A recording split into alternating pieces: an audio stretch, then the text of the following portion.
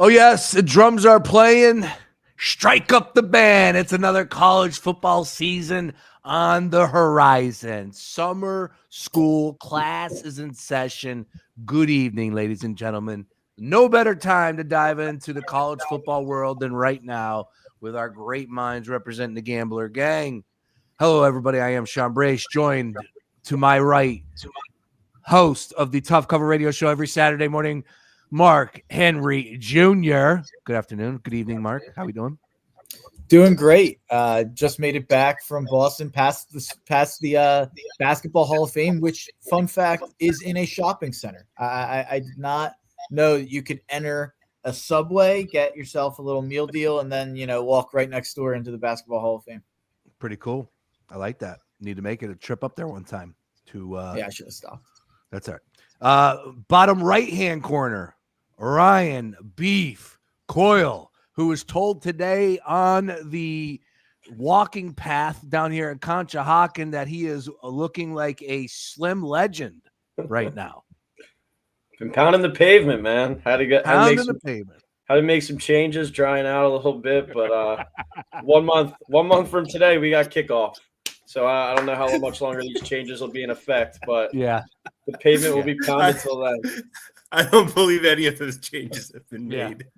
Color me skeptical on the changes. It's one Sunday. He took off drinking for one Sunday, and now it's changes. Yeah, I ran a 5K yesterday. Come on, give me some slack. All right. And then our returning champion, ladies and gentlemen, bottom left-hand corner. You know him, you love him. We stole him from the Philadelphia Union soccer beat this evening. Are they not playing tonight? No, that was last Wednesday. Oh, I'm sorry. That's right. As it was coming out of my mouth, I'm like, wait a minute, no, that's not correct. Joe Tansey. Hello, Joe. Days are just a blur if you're a parent. That is true. That is true. Days and weeks are such a blur around here. I mean, it is what it is. This is my first deep dive into the college football 2025. So I know you guys have had your magazines out for weeks upon months. Not only I just want to say this. Go. I haven't bought one of those college football magazines in at least a decade. It's all right. They're not for everybody. It's all good. But I love them, and Phil does a great job. I think he definitely. Oh, get out of here. Come on. You can't give a thumbs down. You could say you could prefer another one. You can't tell me this magazine isn't good. Roy and I were just talking about this on Saturday. I do not need to know the 2021 recruiting ranking for Minnesota and their expected wins in 2019 and where their defense finished 3 recruiting classes ago. All right. So, okay, look, dude, come on, man. You can't tell me that this is a thumbs down magazine. Thumbs down. One square on 2 pages filled up for about those team for this year's roster is only connected to the 2020 record win-loss. Let's talk magazine efficiency. Is this a good radio segment where we both hold up magazines? We point to what we like. On this page, I like that. Athlon gives you the depth chart. They give you a little couple paragraphs on the offense, couple paragraphs on the defense, little special teams, little final analysis. I always like they give you a little a scout, an anonymous Big Ten scout gives you a couple paragraphs. Yeah, give me Athlon. Get Phil out of here. Phil sets the table, and you know what? You know who's knocking it down right now in the college football world as far as coverage is concerned? And it's the only place I can get it. It's CBS Sports HQ. They are all over the media days. They are doing a tremendous job with the videos, getting you caught up. Good 45-minute segments or 25-minute segments, 45-minute coverage in an hour. Like, I got to tip my cap to him because I've been looking for it. I'm trying to take some of this knowledge that Phil has put upon us here that I was able to dive into for the last week and a half here, 2 weeks, whatever it may be, and say, look, all right, I need more college football discussion. The only place that I'm getting it right now on the television screen is CBS Sports. So I think they do a bang-up job. Great conversation today with Danny Cannell and what's his name, McFadden, former Florida State player as well. Of course, about the Noles. We'll talk about the Noles. No, not EJ. It was Bryant McFadden. Yeah. Yeah. Okay. All right. Well, look, we wasted a lot of time to get to this point, so let's go ahead and dive right into it. And it's a question that we all love because it starts with the quarterback position. And I'm going to ask you, and I know what the expectations are, and I know what the hype is, and I know what the Heisman Trophy odds are, but that doesn't matter to you guys. And this is why I think it's a great question to start off. Who is the best quarterback in college football? What team in college football right now has the best situation at the quarterback position? I will start with Joe Tansey on this one because he kind of lit the fuse on this question a little earlier today. So the sarcastic answer I had in my head is Quinn Ewers, because if he would have came back and taken the 5, 6, 7, however much money in NIL, he'd be pretty damn good this season wherever he landed. It's true. It's such a weird dynamic because the Heisman Trophy favorite is Arch Manning. And everything we know about Mannings in the SEC leads us to believe he's going to be really good. And he's done, I guess, the rare thing now where he's waited those multiple years in college, learned the system, perfected in it, played a very small role in it last year, and now this is his team. You don't see that often. If most of these guys, if they were in his shoes, would have transferred out of Texas or heck, maybe not even enrolled there. So like everyone's default answer is Arch Manning, but you don't have a sample size. Garrett Nussmeier is a very interesting name at LSU. Drew Aller led Penn State to the semifinals last year. Cade Klubnik is getting a lot of hype at Clemson, which is interesting to me because we tore Cade Klubnik to shreds when he took over for DJ Uiagalelei. We tore him apart. Like, this guy's not any good. So to see the complete 180 on him in the media this summer is incredible because if this was 18 months ago, I mean, he should have been transferring to Utah State or somewhere because he wasn't good there. He had a crazy stretch to finish the year last year. Yeah. DJ Lagway. I mean, the potential is there right at Florida. It's so exciting. Lenora Sellers kind of come out of nowhere because the draftniks love him, absolutely love him at South Carolina. So that's interesting too. But what do these guys all have in common? They don't compare to some of these experienced guys that we've seen over the last few years. I don't know the answer to it. I think my default answer right now might be Nussmeier. There's been a lot of flaws with Aller, a lot of flaws with Klubnik. And if you're going based on who would I trust right now to win a national championship, Arch Manning's high up on the list, but I haven't seen Arch Manning play more than 2 straight college football games against quality opposition. And to me, that matters. And it may matter right away against Ohio State. And if they lose that game, it doesn't matter because they'll be in the playoff anyway. But there's a lot of question marks at the quarterback position this year. And I don't think there's a consensus answer. I think if you went around and asked 100 people and kind of open-ended, gave them the answer, I think maybe you'd get 40, 50, based off people that know college football. Sure. If they don't know college football and they see Arch Manning, of course, that's going to be the name. But I think if you surveyed about 100 people, I don't know if you'd get to 50 or 60 with a consensus number one option. It's just it's that wide open. I think it makes it fun because we're not going in with an automatic coronation of a single guy, at least yet. Now, if Arch beats Ohio State in a certain way, the crown's on his head and it's his crown to lose. But right now, I think it's a big open-ended question on who the best quarterback is in the country. Nussmeier, I guess, is my default from what my brain saw last year, but I can be swayed probably 3 or 4 different ways.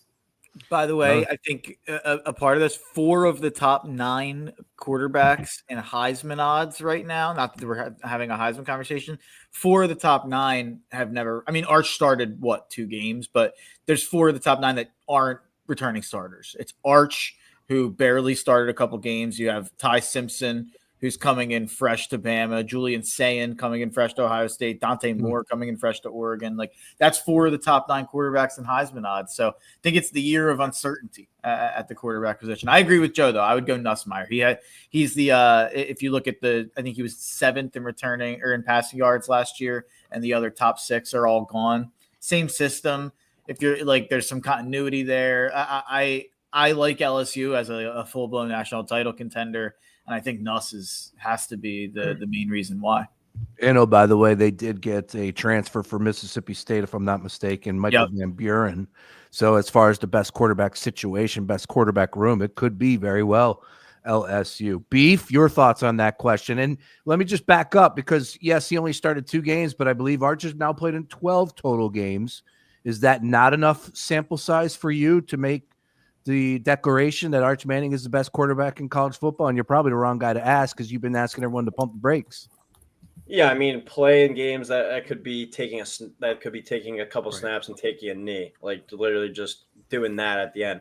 We saw him in flashes, running the football and whatnot. But to make the conversation not as boring, because my answer probably would have been Nuss as well. I'll go with Lenoris Sellers. I think if you put Lenoris Sellers on Texas, on Ohio State instead of South Carolina, he's getting a lot more hype going into the season. I think he's just down a peg because it's South Carolina. South Carolina's got one of the top 5, probably toughest schedules in the country this year. If he takes that team to 9-10 wins, he's certainly going to be, not just in the Heisman conversation at the end of the day, but in the conversation for the number 1 pick. It's rare to throw out like a comparison like this, but you watch him run the football. He has like a mix of Lamar's wiggle with Cam's like size and strength. The throwing definitely has to get under control a little bit more, has to improve his accuracy, but that's one of those things that's only going to get better over time with reps. You look at Josh Allen as a perfect example. All the talent in the world coming out, he was fairly inaccurate, but he's gotten better and better as his NFL time's gone along. I think, Lenoris is kind of like a comparison to him, but what can he do with this South Carolina team? Does he, revert back to the mean and take this team to a 6-6, 7-5, or does he take him to the next level of 9-3, 10-2? All the talent in the world. I think he might be the most talented player, on the offensive side of the ball, not named Jeremiah Smith in the country. To that point on Arch, the 2 games he had significant playing time in last year when Ewers was hurt against Mississippi State, he went 26-31 with 325, but we know how bad Mississippi State was. And then he had significant time against UL Monroe, but he threw 2 picks in that game. So, I mean, 12 games doesn't mean anything when a lot of those games were backup duty. Yeah, but we also know what Arch is. Like, let's not sugarcoat it. We know. We know what Arch is a stud. We know what he is. Arch is a top 5 quarterback in the league. No ifs, ands, buts. I'm not disagreeing with that. I don't think we know that at all.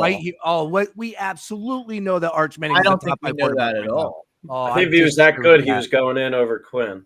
Yeah, I agree. Like, I think that was a very selective situation, a very comfortable situation for Sark. Didn't he come in the middle of that Georgia game? The Georgia game, like totally blind, deer in the headlights. Like, yeah, he's got.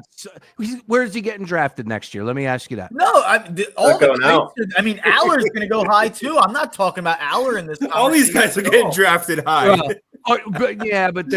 Arch is being discussed as number 1 overall.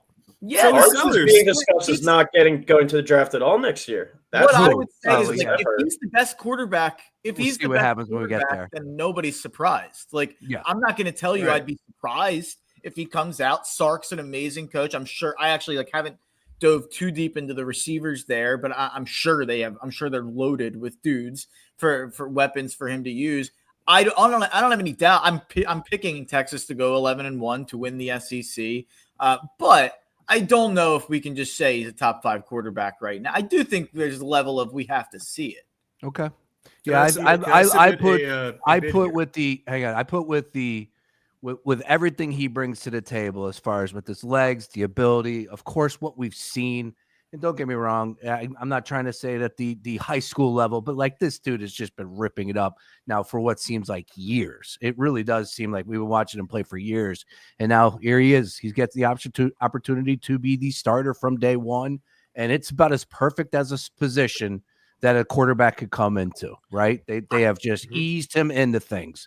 I think he's a very special quarterback. So I have no problem saying that if I was ranking quarterbacks, there's no doubt in my mind I'm having him top 5. I could have him top 3. There are a lot of good quarterbacks, though. A lot of good quarterbacks. That's not. I don't have a problem with that. I think I'll submit a bid for a guy we haven't mentioned yet, though, and somebody who at the end of last season actually impressed. And again, in a very short sample size, but I'd call these games that matter. Gunnar Stockton at Georgia. I would submit his name into the conversation only because we know Georgia is going to be there, right? We see this very small flash of potential in the postseason. Again, he could suck. Like there's a bunch of guys on this list, but he plays for Georgia. He's in a very good position. Now, again, we saw how Carson Beck's play really has significantly affected Georgia over the last few years. You got to have the right guy in the right spot.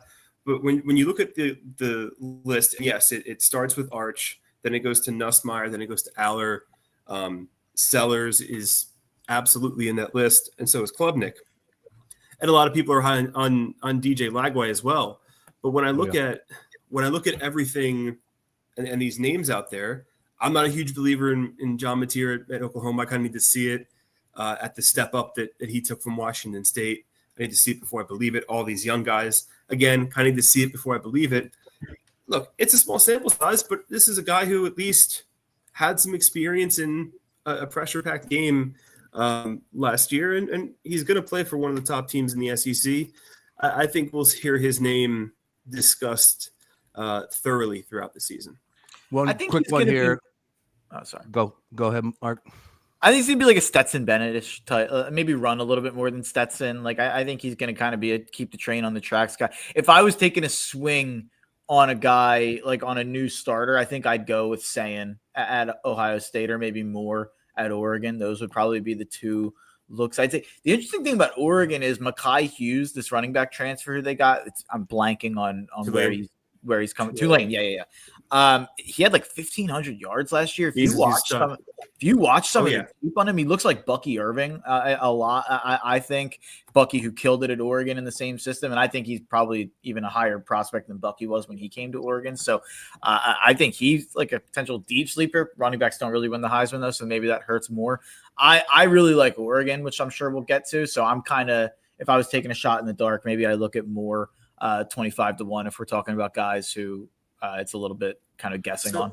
I think you can lump more saying, Ty Simpson to an extent and Gunnar Stockton in that group of like, well, it could be. There are a lot of guys that be envious of their situations, right? I think to me, it wouldn't be a surprise if any of those four guys has success because of the talent around them. I mean, no doubt, a guy that steps into Ohio State or steps into Georgia comes in and ends up having a big year. There's one other guy that has my attention. I think he got brought up in one of our group texts over the last few weeks. That's Miller Moss at Louisville. A lot of Louisville buzz.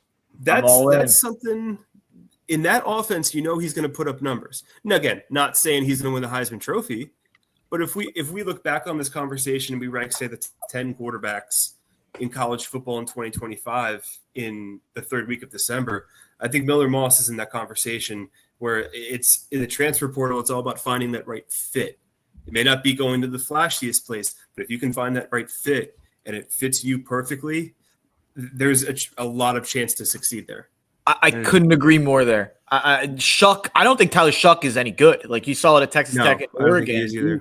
He did not impress until he got to Louisville, until he got with Brom. I think Brom's one of the 10 to 15 best coaches in the country. I think I'm starting to – I think I'm fully there. I'm going to pick Louisville over Clemson to win the ACC. Maybe that's going out on a limb, but I think Miller Moss is going to be in New York for the Heisman ceremony. By the way, we did all this conversation and didn't mention Dylan Raiola.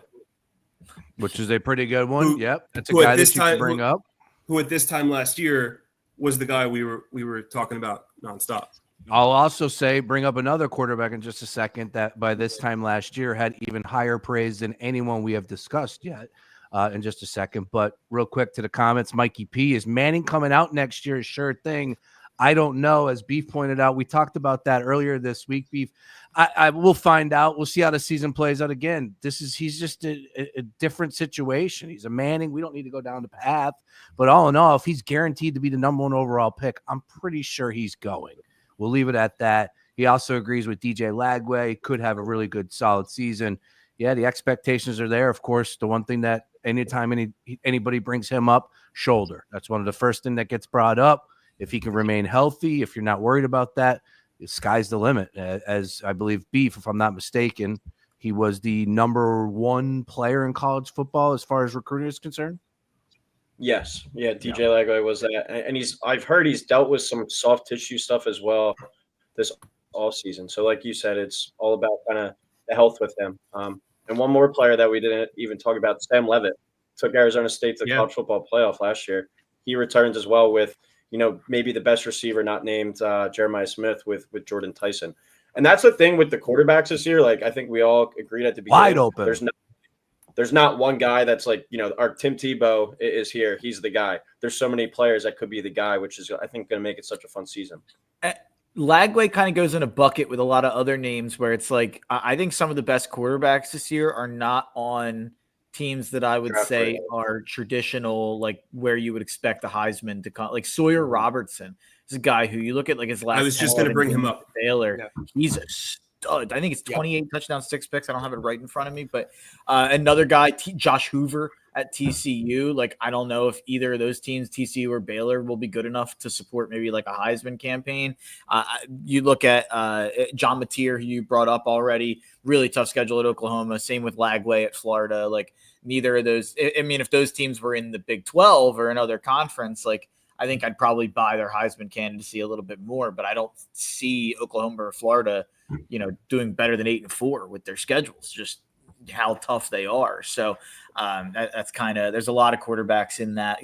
Kevin Jennings at SMU, they went to the playoff last year. Still have not brought up my guy yet. And I know who to bring it up, but I'm purposely not bringing him up. And I mean it because I'm saying, I'm just asking about the situation that he's going in. I'm not saying he's my guy, but man, he was number 1 Heisman favorite last year at this point in time. And of course, I'm talking about Carson Beck. And he's going to Miami. That's not who I thought you were talking about. Nope, not either. I thought it was your light blue. I thought it was your light blue shirt. Oh, Nick. Me too. But we forgot it. That's a perfect example. We forgot about him too. Yeah, I didn't. No, yeah, I'm sour on that whole situation. What a disaster, Nico. Nico, I'm leaving. Yeah, and just I don't know what's going on as far as the intentions with the old man. If, like, what's true and what's not. If that's the truth, then like, come on, dude, what are we doing here? But yeah, that's Nico, and I think he's got all the world of potential. But he had an opportunity to really kick the door in on the road against Ohio State. And there's been other spots last year as well. Young quarterback, would have loved to see him stay in Tennessee, but UCLA is just in a different stratosphere compared to everything we're talking about now. But Carson Beck is an interesting question because Cam Ward, similar somewhat, right? Like, not really in that point other than the fact that they're going to Miami for a one-off here, heavy NIL money. But Cam Ward earned every bit that came his way and became the number 1 overall pick. I'm not asking whether or not Carson Beck will be the number 1 overall pick, but is there a chance that Carson Beck lives up to those expectations that were for him last year at Georgia in a new uniform with Miami? Joe, to you first. The trajectories are so different of the two quarterbacks, though. Oh, absolutely. Because Cam Ward came in, from Incarnate Word up to Washington State, and he took off like a rocket ship. And rightfully so, got the bag at Miami and then got rewarded in the NFL. Carson Beck, I think that the stock on him is just so low at this point, right? Like, look, if you're buying stock, one of the good time to buy. It's a good time to buy for sure. But then again, look where he's playing, right? And what does that program and that head coach specifically have a long track record of? just being losers. This isn't the you of the early 2000s. Like Mario Cristobal is one of those guys that he can't even get over the hump into the playoff. So why are we thinking it's going to be any different with a quarterback who proved at Georgia that he wasn't going to be able to get the job done? I'm very sour on Miami, very sour on Carson Beck again. Can be proven wrong. Just a change of scenery could help, but I'm very skeptical on what Carson Beck and Miami can do. Open up week 1 against Notre Dame. Notre Dame and Miami, the Catholics versus the Convicts, going at it again, Mark. I feel great about this, and I love this as our early season matchup way more than going to College Station last year. The thing I'm surprised about with Carson Beck is I was a big Carson Beck guy because I was so impressed with his 2023. Thought he was great in 2023, really efficient. And I thought going into 2024, the guys in the same system, they're going to ask him to do more. But I think what I underestimated, and I knew Bowers was a stud. He had Bowers in 2023, who we then see is, I think, immediately the best tight end in the NFL right now. And what I didn't realize is just how good Ladd McConkey was. Right. I mean, Ladd McConkey goes to the NFL. He's a top 20, top 25 receiver immediately as a rookie.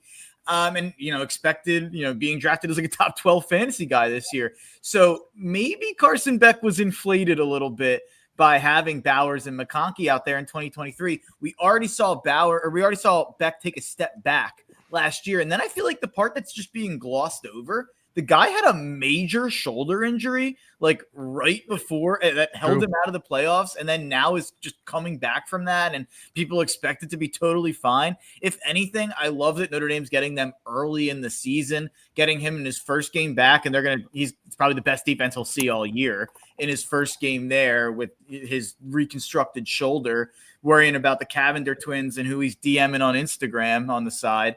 So I have no fear of Miami. I have a lot more fear of Notre Dame's. I think it's their third game where they come back at home to play Texas A&M. I think that's actually a harder game, even though it's at home. So I don't know what the spread is. I'm sure Miami's favored in that game. Or maybe Miami great? No, Notre Dame 3-point favorites. Oh, wow. I haven't taken a look at any of the spreads for week 0 or week 1 at all. Notre Dame -3. Okay. That's a respectable line. I still like that. I think Notre Dame wins that game. Miami season could go pretty sideways. Pretty quick. I agree. I was just texting Beef this. I think they have like 6-6, 7-5 potential. I really do. Like there's a chance we don't talk about them after October. I agree. And look, I know we're sour on Florida and Billy Napier as a coach, but that's a game that sets up as potentially, from Florida's perspective because of their schedule. Florida State, look, I think Castellanos is a little too big for his britches down there, but that's someone who loved him at BC, but that's not going to be an easy game, rivalry game. Louisville, I think, is a better team. You get them on a primetime stage. I mean, look, there's a chance that, I don't know if 2-4 is a little extreme, but there's a chance they could be 500 going into November, and we just completely forget about them. Beef, did you ever DM a Cavender twin? No, I have not, but they did both just boob jobs this past week. I saw that on TikTok. So that's my contribution to the Carson Beck segment. But real fast to follow, not to follow up on what Beef said, I'll bury that. But to follow up on what Tansey said about the early part of the schedule, I was texting Beef. I actually think that late part of the schedule could be tricky. That their last 3 games, you have NC State coming to Miami. I don't know how good NC State's going to be, probably 7-5 like normal, but also off the bye. After NC State, you go to Blacksburg for Virginia Tech, and then you go to Pitt. Both teams, I think, have a little sleeper potential in the ACC. It depends if you're in on drones. Depends how in you are on the first half of Pitt's year last year, and if you think the second half is a little bit of an illusion. I've been in on Kyron Jones for 3 years, and it still hasn't come to fruition. Me too.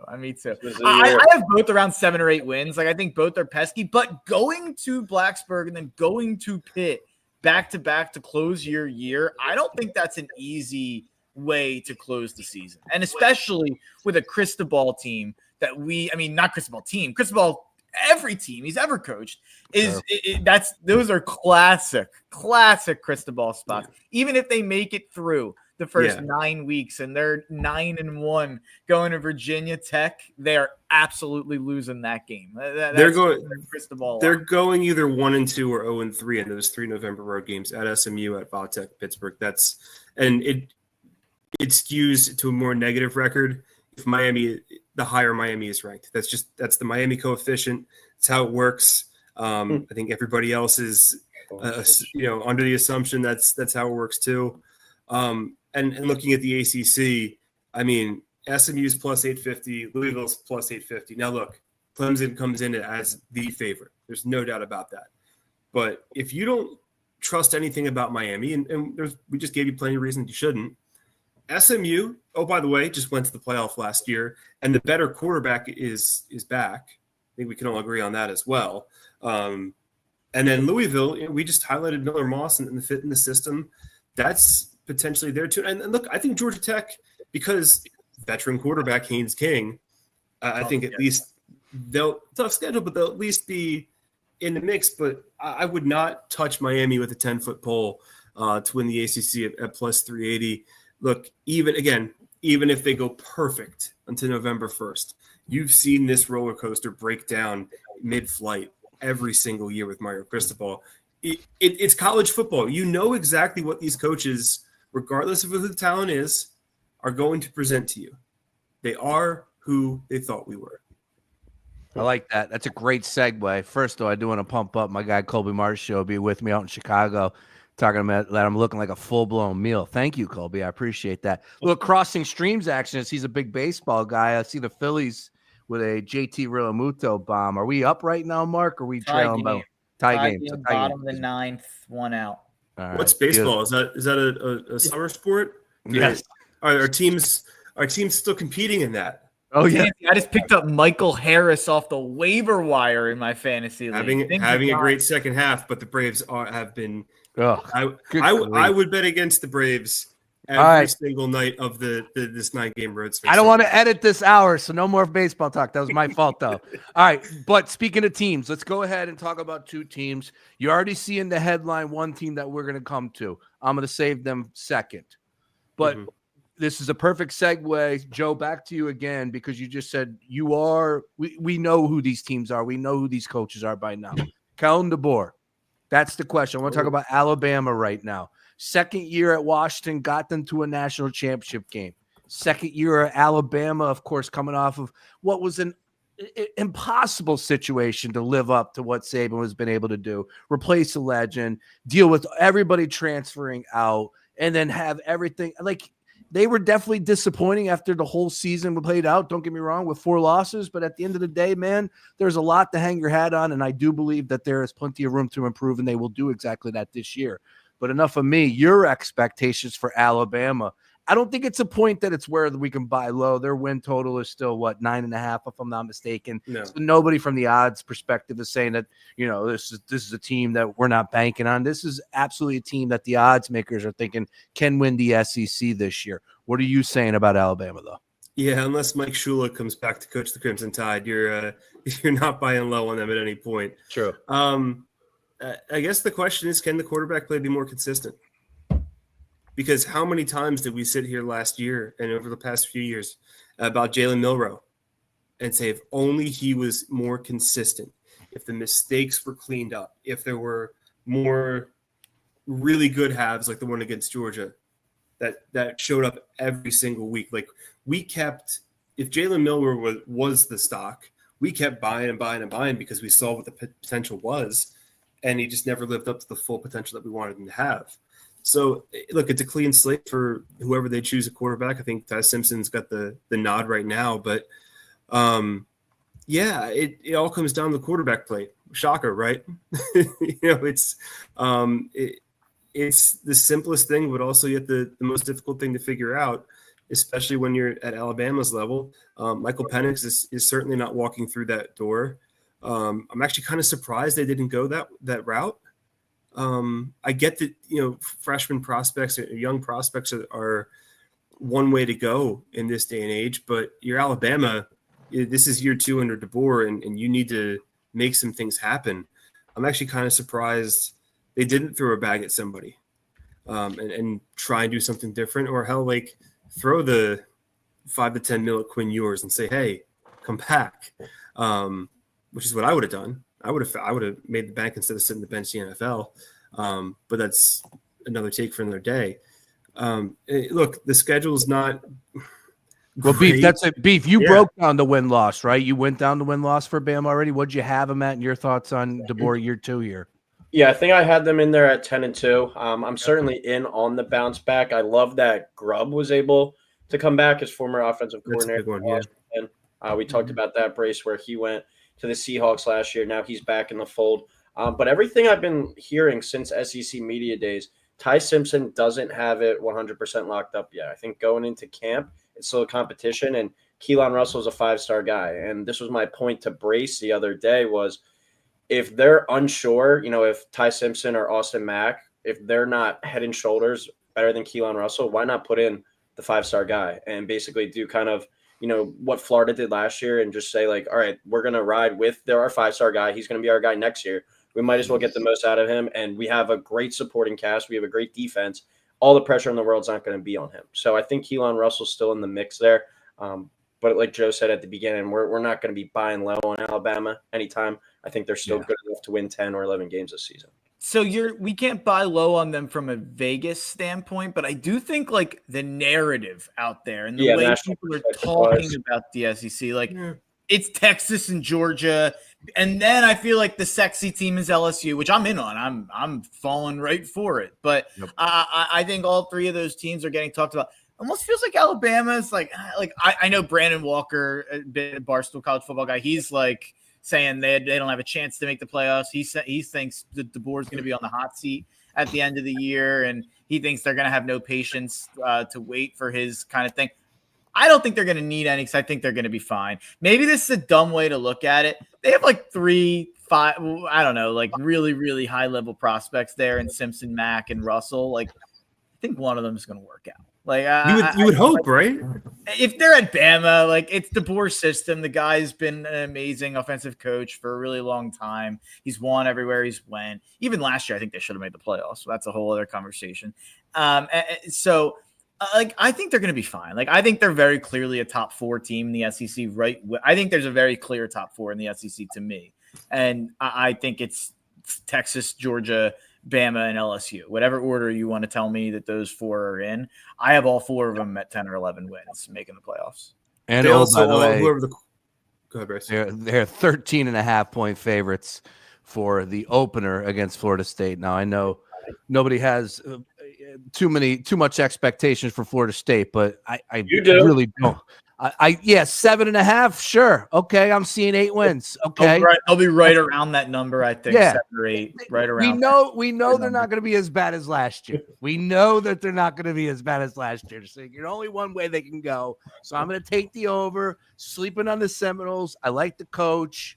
Again, they were heavy in the offseason portal. I think they were top dogs as far as transfers are concerned. So that's good. You have to get in there and just completely junk it up, change everything. His job is on the line, essentially. I mean, I don't know what the buyout is, whatever, but it doesn't seem like that he can go 6 and whatever and then return as the head coach. But we'll see what happens as far as Florida State.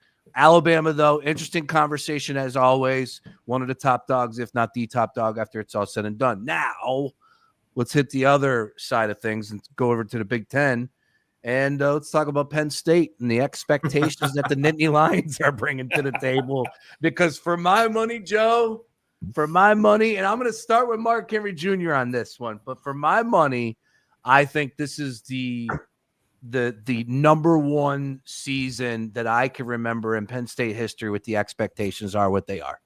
I know, look, hey, man, speaking of there's only one way to go, it's up. They did a lot last year. It was a hell of a year. Franklin's a hell of a recruiter. They got all the right pieces back. Mr. Phil Still himself, I mean, just swallowing all things Nittany Lions in this magazine. Maybe that's why Mark Henry Jr. doesn't really like it. But, Mark, I want to start with you. I want to start with you on this one. When I bring up Penn State and expectations, what do you say to that? Mark? Me? Start with me? Yes. I thought you were starting with Tansey. I apologize. No, that's all right. I do not understand this narrative that they're the best team in the country. I don't know what changed between last year. I get that they added a couple transfer wide receivers. Guess who they lost? Tyler freaking Warren. Like, people are talking about this Penn State team like they didn't lose a top 5 player in the country on offense and the best player in the country on defense. Abdul Carter was a game wrecker, and we're all just assuming, oh, those defensive linemen who were pretty good around the highest drafted defensive lineman in the last of my lifetime at Penn State. Oh, they're just going to be fine without Abdul Carter. They're going to be actually better, and they're going to progress. And that's not how it works. Like, Abdul Carter is a special player and a transformative player on a defense. I don't think you just, and it's not like we're talking about it. I get if you want to say, oh, well, you can replace Tyler Warren. They didn't have good receivers. Now they have good receivers. They have 2 good running backs. Aller's going to take another step. I can get there. I can wrap my head around it. The way people are talking about this Penn State defense, like it's the best defense in the country when they weren't the best defense in the country when they had Abdul Carter, it makes absolutely no sense to me. Go listen to whatever podcast you want to listen to, talk about how Penn State's the best team in the country. The words Abdul Carter and Tyler Warren don't even get mentioned. With Ohio State, we're talking about all the guys they lost. With Oregon, you talk about the guys they lost. With Georgia, with whoever you want to say. Penn State, nobody brings it up, and we're just like, oh, Drew Aller, he totally completed a pass to a wide receiver in the biggest game of his life last year. Or wait, no, he didn't. I just don't know what happened where people watched that Notre Dame game in the playoff, where Notre Dame, by the way, was missing like 3 of their 6 best players in that game. And they came out and they won the game. And it was because Aller couldn't step up and couldn't win them the game. And I don't know what changed from then to now. I am dumbfounded by the way that people are talking about Penn State. I think they're going to go 10-2 the same way they did last year, where they don't beat anybody of consequence. They'll lose to Oregon, Ohio State. They'll make the playoff, and maybe it'll be different this year because the playoff will be formatted a little bit differently, where they're not going to be handed, the 2 easiest teams in the playoff in their first 2 games. I could actually pretty comfortably say Tyler Warren's going to be the bigger loss than Abdul Carter. Interesting. Inside the Penn State scheme, because if you watch, I can get down with that. If you watch the way Penn State played last year, there were times when Carter was out. Deni Dennis Sutton is the real deal on the edge rush as well. Now, look, I'm not saying he's Abdul Carter, but they have a 5-star who produced last year, able to take that spot. There's a lot of buzz around LeVar Arrington Jr., which that makes me feel really, really old. But I look at the Penn State offense, and yes, we know what Aller is, good or bad. You know what Singleton and Allen are at running back, right? But the go-to last year, and it wasn't just in the passing game, it was in the running game or trick plays. It was the break in case of emergency Tyler Warren button. They don't have that this year. And what's the biggest knock that's been on Penn State for years and years and years, and this is, I think it might even predate James Franklin, is the inability to consistently have top-tier wide receivers, because that's been the biggest thing that's let them down this entire time. If Drew Aller has held one, maybe half of Ohio State's top 4 receivers last year, they got the bad one, in Julian Fleming. But you take one of them, and maybe that works. I don't know. But when you look at the receivers that they brought in the portal, yes, in terms of stats and where they come from, yeah, maybe they impress a little bit. You have Devontae Ross from Troy, Trevor Pena from Syracuse, and Kyron Hudson from USC. None of those guys pop off the page at you and say, those are complete game breakers inside this offense. Now, they could be, right? And maybe a few weeks down the line, we see after they beat up, 3 cupcakes that, okay, you can see how it works. And with Koto Nicky in that offense, there were certain things where it wasn't clicking completely last year. So there's no Tyler Warren this year. Who is the guy who steps up and makes all of those plays for you? Is it guys that just fill in behind him at depth at tight end? Probably not, at least right away. Is it one of these veteran receivers that comes in through the portal that people in State College are excited about? Sure, possibly.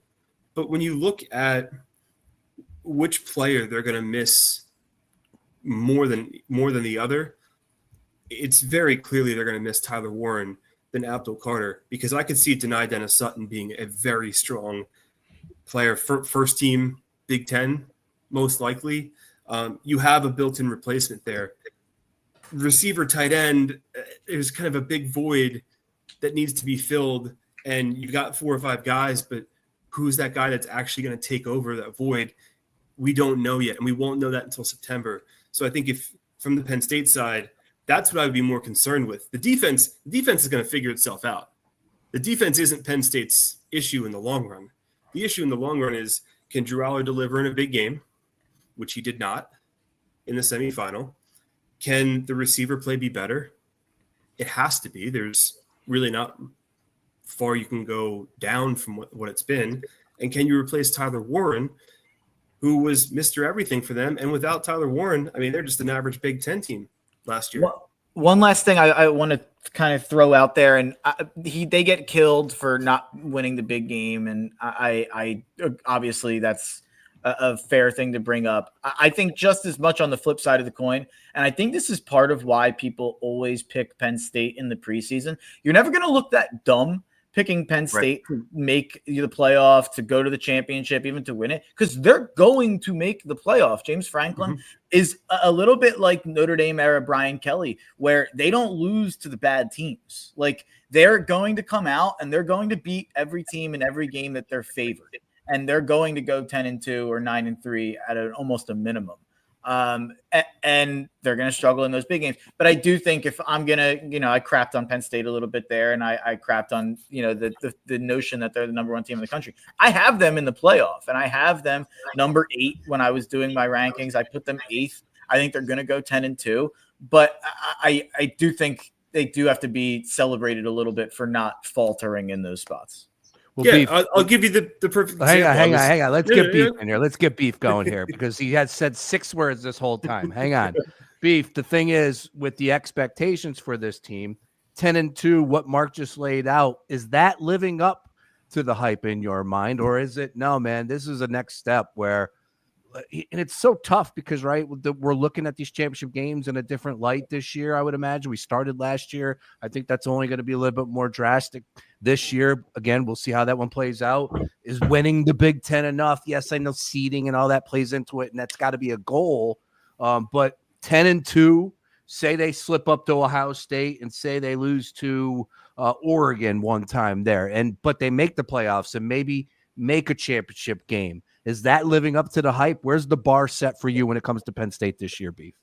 I think the expectation for them, the fan base, like I said to you the other day, if not this year, then when? This was kind of the year that they were building towards. I think that they were still counting on potentially Tyler Warren and Abdul Carter still being on campus, but they have Aller, they have the running backs back. But you can kind of look at it like last season with Ohio State. Like, could you say that they lived up to the hype? They went 10-2 in the regular season. They lose to Michigan. They don't even win the Big Ten, but then they go on to win the national title. Hell yeah. Isn't that the biggest goal? Like, if Penn State just gets into the dance and kind of figures it out from there, win the national title, but you don't win the Big Ten and you lose your 2 regular season games to Oregon and Ohio State, I still think Penn State fans would consider that a successful season. I think he's totally right. It's all about the playoff now. It's just, I don't say 10-2, 11-1, 12-0. It might not matter if you go in the playoff and you don't win a big game. The one caveat I will say, honestly, the one part of me thinks if they just go 11-1 and beat either of Oregon or Ohio State, you'll at least be really happy going into the playoff. Like, go win a big game. If you go beat Oregon or Ohio State thinking what we think they're going to be in the preseason, then that almost feels like a little bit of a success to me. But I understand that their hopes for the national championship. And the one thing I'll say to Beef saying, if not now, then when? I was saying that last year. I thought last year was it. When you had Warren, you had Carter. Aller was going to be there this year and last year. Like, I think, and you had SMU and Boise State in your first 2 games. Yep. You had Notre Dame in the Final Four. I'm not going to sit here and tell you Notre Dame was a special team last year. They had a running back playing quarterback, and they made the national championship and beat Penn State. I don't know, especially now that the playoff format is, twerked with. That's not the right word. Hello. But now that that's been jumbled up, we're just going to do that every year, I guess, and change the playoff format and the way we decide a champion, because that's fun. But I think that they're never going to get a path like they got last year. And I don't think that the team is appreciably better than it was last year. So I hear a lot, and that's not a beat. Everybody's saying some version of that, like, this is the best Penn State team we've seen, and this is the year that they break through. I was the idiot saying all that last year. So I just feel like I've done this, I guess, already. I think there's a lot of parallels with them, with the last two national champions, just with like Michigan fell short. They're able to bring everyone back with NIL and stuff. Then they make that push to the national title. Ohio State, the same thing last year. Their big thing was retention. Will Howard comes in for Kyle McCord. This year, I think Penn State brings a lot back. You touched on it too. First-round draft picks you are walking out the door. But James Franklin, the greatest thing I think that he does is his recruiting. And we've got a bunch of guys ready to roll in there next. And if like the word is if, I think with Penn State, that's the biggest word with them. But if Drew Aller takes a step and becomes what everyone has always expected him to become, there's no reason that this team shouldn't be, going into the beginning of the season as the number one team, maybe even in the entire country. The wide receivers, it's not Drew Aller this year. It's the talent he has to throw to is the biggest key. We know he can. We basically know at this point what Drew Aller is, and if he steps up and plays better in a big game, that's awesome. But you have to look at that offense last year. And if they're bringing everybody back except Warren, that wide receiver core was awful. It's just straight out awful for a team of that caliber. Again, the transfer portal additions could be that they're not household names, but if they work, it becomes a whole different situation. And then if one of the tight ends takes a step up and gets half to 3/4 of Warren's production, that fits. But you can be as good a quarterback as you want to be, but if you're throwing the ball to nobodies, how are you taking it? He's a great recruiter, but Carter and Warren are the two best players he's had since Saquon, right? Like, do we have anybody that comes to my mind since Saquon that are better than Carter or Warren? Like, those aren't just like first round picks like Joey Porter Jr. or he might not even have been a first round pick. Actually, I think he might have went in the second. Second round, Carter and Warren. I think the thing I keep hammering, like, I think those guys are special. Like, I think Carter's one of the best pass rushers we've seen in the last decade in college football. I think Warren and Bowers are the two best tight ends, and Pitts are the three best college tight ends I can remember in the last 10 to 15 years. Like, I think that those are special dudes. And Penn State's a -4 against Oregon because it's a whiteout game. Oh, yeah. It's a whiteout game, and that will be Dante Moore's first legitimate road test. I don't count at Northwestern as a. Wait, Mark, are you saying you'll take the Ducks plus the 4 right here on July the 23rd? Ducks 12-0 is what I'll tell you right here. The Ducks are going 12-0 and going to the Big Ten championship. I feel the way about Mark Henry. Mark Henry is on the quack. I feel the way about Oregon. I think their over-under is like 10.5, but I feel the way about Oregon that everybody else I feel like feels about Penn State. Like, bringing back Evan Stewart, bringing back all these guys on defense. Dan Lanning hasn't gotten over the top. But if I'm making a bet between Dan Lanning and James Franklin on the guy that I think is going to get over the top eventually, I'll take Dan Lanning 10 out of 10 times.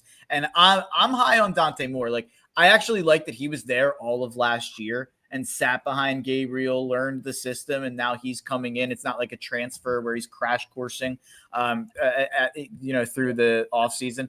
I think Dante Moore, he was like the number one quarterback prospect of his class. And he went to UCLA, learned under Chip a little bit, transferred out of there. Like, I think he's had a little bit of a football education in a way that a lot of college guys don't get and high level prospects. He played a little at UCLA, but I'm really high on Dante Moore. I talked about Mekhi Hughes. I love Evan Stewart. I think he's one of the 5 to 7 best receivers in the country. I'm all in on Oregon. They're my pick to win the title right now. On the quack, as Joe Tansey said. I like that. Nice work there on Joe. All right. Good stuff on everything there. We'll close up shop here. Excellent episode 1, summer school, all things college football, crash course. Joe Tansey, Ryan Beef Coyle, Mark Henry Jr. I am Sean Brace. Got a little 2-minute drill to get the juices going on the way out. And again, like you said, Mark, you haven't really dove too deep into some of the things. So, just have some fun with this one. But coming into this year, let's go ahead and look back at what took place last year and have a little bit of comparisons, right? Let's play the comp game. So with that being said, I'll start with Beef on this one. We'll go around the horn on each, try and keep it quick, all right? This year's Indiana, Ryan Beef Coyle, who you got? Do you have a team that you think will be this year's Indiana from last year? Fighting Illini. I think they won 10 games last year, but I think if you went up to, a casual college football watcher, they would probably tell you Illinois won 5 or 6 games. Returned their starting quarterback, Luke Altmaier. They return, I think it's almost like 18 or 19 starters. Brett Bielema continues to build that program. I think we could look up, 5-6 weeks into the season, and that's a top 10 team. And everyone's like, what the hell? Illinois was ranked in the top 10 in college football. That surprises me. So give me Illinois there. Joe? Baylor. Baylor, he says. Why? Sawyer Robinson, very good quarterback. The Big 12 is wide open, and the Big 12 will tell you the Big 12 is wide open. We saw that last year. You have a polished quarterback now in Robertson who can put up points. And if you can hold teams to 24, 28 per game in the Big 12, you're living life pretty easily. I think Baylor comes back into a little bit of the national conversation this year. Mark, Baylor was my pick too. But I'll switch it up and go with another team in Texas from the Big 12. Give me TCU. Their win total is only 6.5. They're kind of the original Indiana. They did this a couple of years ago out of nowhere and made that run. Maybe they can find some magic again. They got to figure out some stuff on defense to go that far. I more so just like the win total 6.5. I'm trying to go off the board. I'll go with TCU. All right, Mark, back to you. And let's go ahead and you know where I'm going with the next one. This year's Boise. Who's this year's Boise? Of course, Boise made the playoff, Mountain West champion, 12-2 season last year. Hell of a run, of course, with Ashton Genty leading the charge. Can't wait to see him on Sundays. But do you have a team that comes to mind that you think will be this year's Boise State? So I actually think something we're going to realize is last year's Boise State was like one of the better G5 teams you'll get. Like, I don't think we're going to get a team like Boise as that G5 playoff team for the next couple of years. Like, Genty was a special guy. I don't think most teams are going to have a guy like that. Give me a shot in the dark, and it's going to be tough for them because they have to go to Boise. They have a game with UCLA. Dan Mullen, I'm a Dan Mullen guy. I think it's a joke he didn't get a Power 4 job over the last couple of years. He's going to UNLV. I think he's an offensive mastermind. He's got Orji from Michigan and Calandria from Virginia. They're in a quarterback battle.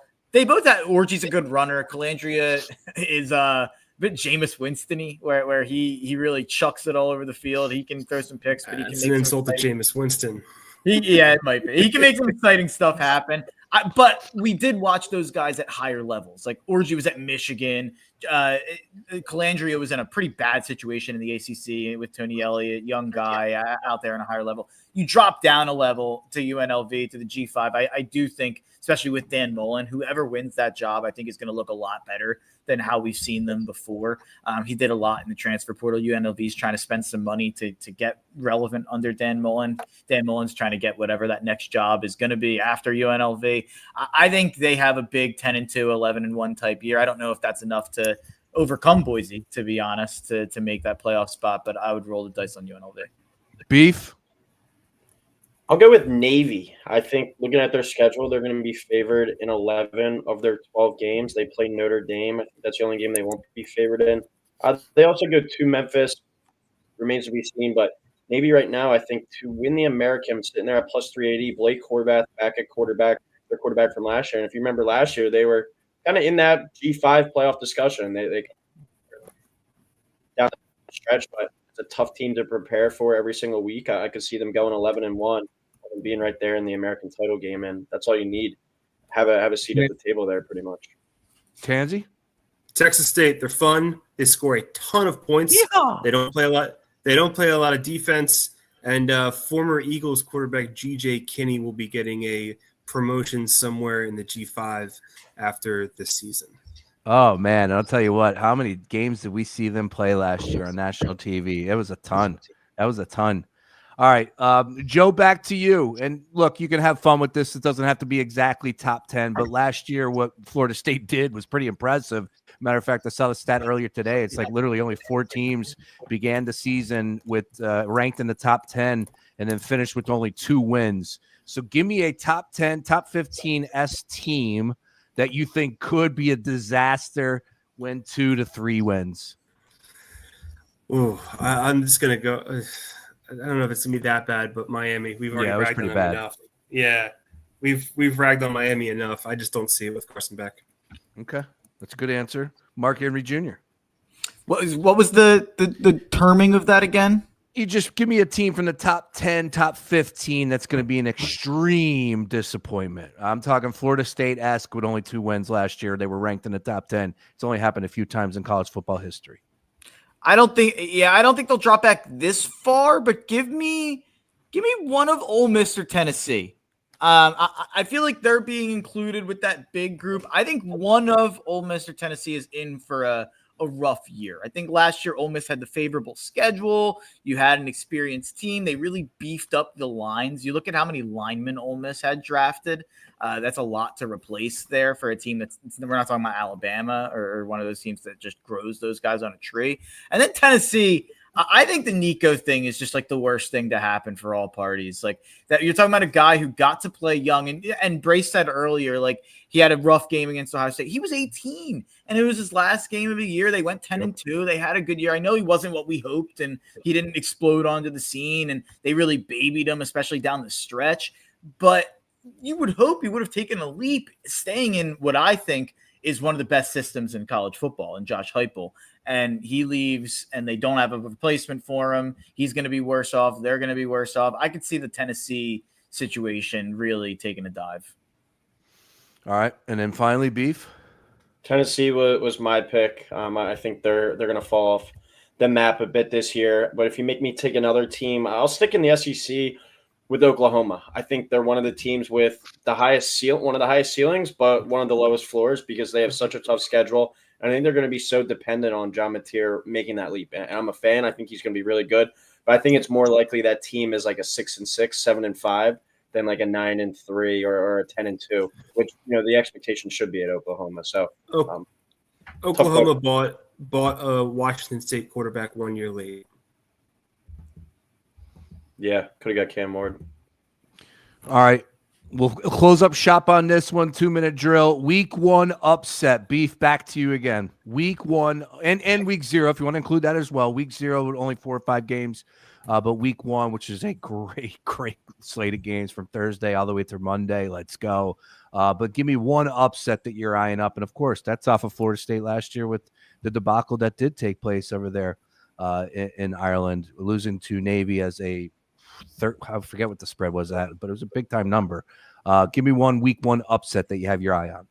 Yeah, not a ton of outright upsets that I like that are like double digit esque. I'll stick with a smaller one that I like, and it's a team that Joe and Mark have both talked about. Baylor. They host Auburn week 1. That's a Friday night game, I believe. Auburn, new quarterback coming in. A lot of pressure this year on Hugh Freeze. That's another team that is going to be Jekyll and Hyde. I think could win 8 or 9 games, or could win 3 or 4 games. A lot remains to be seen. And Baylor, a lot of expectations this year. They are one of the teams favored in the Big 12. You get that. You get Auburn, coming to your place. I like Baylor to win that one as an underdog at home there. Actually, Florida State was a 10-point favorite in that week 1 matchup or week 0 matchup against Georgia Tech, and they ended up losing 24-21, of course, on that field goal. Joe Tansey, give us one upset you have your eye on. Vautech outright against South Carolina, neutral field on Sunday. Ooh, that's neutral field. I didn't know that. Yeah, in Atlanta. Kyron Jones eventually has to live up to the hype, right? And look, South Carolina. Matt, I get it. I get the Sellers hype. I just don't know about everything else around him. I feel like that it might be too big of a number, especially if it being a neutral site game. If that game's in Columbia, that makes a big difference for me. Mark Henry Jr., take us home. I was going to go Baylor again. Keep getting stolen on my Baylor love. But I'll go with LSU. Give me LSU. They got Death Valley immunity because they have Death Valley at home. They get to go into Clemson. I just think if we're going Nussmeier or Cade, I think those are kind of like guys who are being ranked as maybe the top 2 quarterbacks in the country on some lists. Give me Nuss over Cade. Cade was great to close last year. Clemson's another team like Penn State. I kind of think they're getting a little too much smoke blown up their butts a little bit. Like I think Clemson's a legit playoff contender. I do not think they're like a national title contender. And I think people are putting them up there now with Texas and Oregon, Ohio State, Penn State, Notre Dame. I don't think they're in that class personally. I think they're that next tier down with the Louisvilles and the Kansas States and Arizona States and Texas A&Ms, that kind of like Indiana, that next tier down. That I don't think they're quite in that tier.